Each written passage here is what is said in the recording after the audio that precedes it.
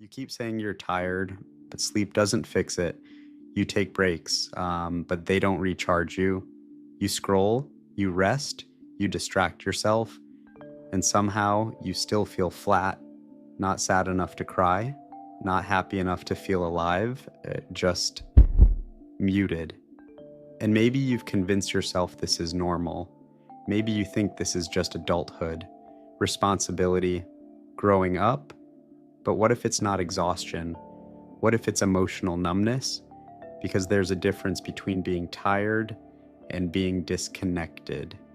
Tired asks for rest. Numbness asks for awareness. And if you've been feeling like life is happening around you instead of through you, this might be why. Emotional numbness doesn't arrive dramatically, it builds slowly.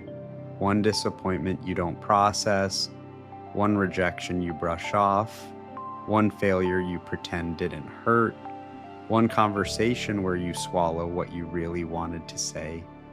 You tell yourself it's not a big deal, you move on, you stay productive, you stay functional, but unprocessed emotion doesn't disappear, it compresses, and eventually your system adapts by lowering the volume on everything. Not just pain, everything. That's why things you used to enjoy don't hit the same. Music feels quieter, wins feel smaller, conversations feel surface level.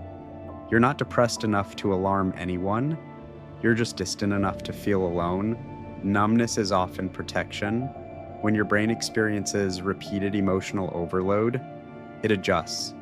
It decides feeling less is safer than feeling fully, so it narrows your emotional range. Less hurt, less disappointment, less vulnerability, but also less joy, less excitement, less connection. And because this adjustment happens gradually, you don't notice the shift. You just start calling yourself tired, or unmotivated, or not like you used to be. But here's the important part. Numbness is not permanent, it's adaptive, and what adapts can readapt. The first sign you're emotionally numb isn't sadness, it's indifference. Things that should matter don't move you. Goals feel abstract, time passes quickly, but without depth. You can go through an entire week and not remember what you felt, and that scares people quietly because they think something is wrong with them. But your brain isn't broken, it's conserving energy, emotional energy. When you repeatedly suppress emotion, your system learns that expression equals risk. So it reduces expression, it becomes efficient, controlled, neutral, but neutrality isn't peace, it's absence. Here's another sign. You overconsume stimulation, constant noise, constant scrolling, constant background content, because silence makes the numbness noticeable, and when it becomes noticeable, it feels uncomfortable. So you avoid silence. You fill it, but silence is where reconnection begins. Emotional numbness isn't solved by pushing harder. It's solved by slowing down enough to feel safely. Not intensely, not dramatically, gently. You don't have to suddenly journal your deepest trauma. You don't have to cry in command, you just need moments where you're honest with yourself. Even small honesty reactivates emotion. Ask yourself simple questions. What actually frustrated me today? What disappointed me? What did I avoid saying? What did I pretend didn't affect me? At first, the answers might feel blank. That's okay. Blank is information. It means your system has been quiet for a while. Reconnection happens in layers. First awareness, then subtle sensation, then clarity. And here's something people misunderstand. Numbness isn't weakness, it's resilience stretched too far. It's your brain saying, I've handled enough intensity, let's reduce the volume. But if you stay reduced forever, life becomes grayscale. You deserve color again. That doesn't mean constant happiness, it means range. The ability to feel disappointment without shutting down, the ability to feel excitement without minimizing it, the ability to care without fearing collapse.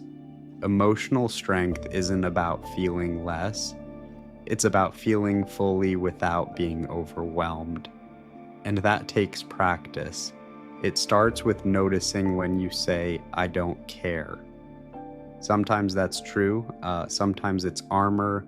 It continues with allowing small reactions. If something annoyed you, admit it. If something hurt, acknowledge it. If something mattered, don't downplay it. Emotion ignored becomes distance. Emotion acknowledged becomes clarity. You're not broken, you're buffered. And buffers can be softened slowly without forcing anything, because the goal isn't intensity, it's aliveness. If you've been feeling flat lately, don't panic. Don't label yourself cold. Don't assume you've lost depth. You might just be protecting yourself more than you realize. And protection isn't permanent, it's adjustable. Start small, 5 minutes without distraction, one honest reflection, one conversation where you don't filter everything. That's enough. Feeling doesn't return all at once, it returns in moments. Subtle, quiet, real. You're not just tired, you're still here, and that means connection is still possible. Not overnight, but gradually, and gradually is enough.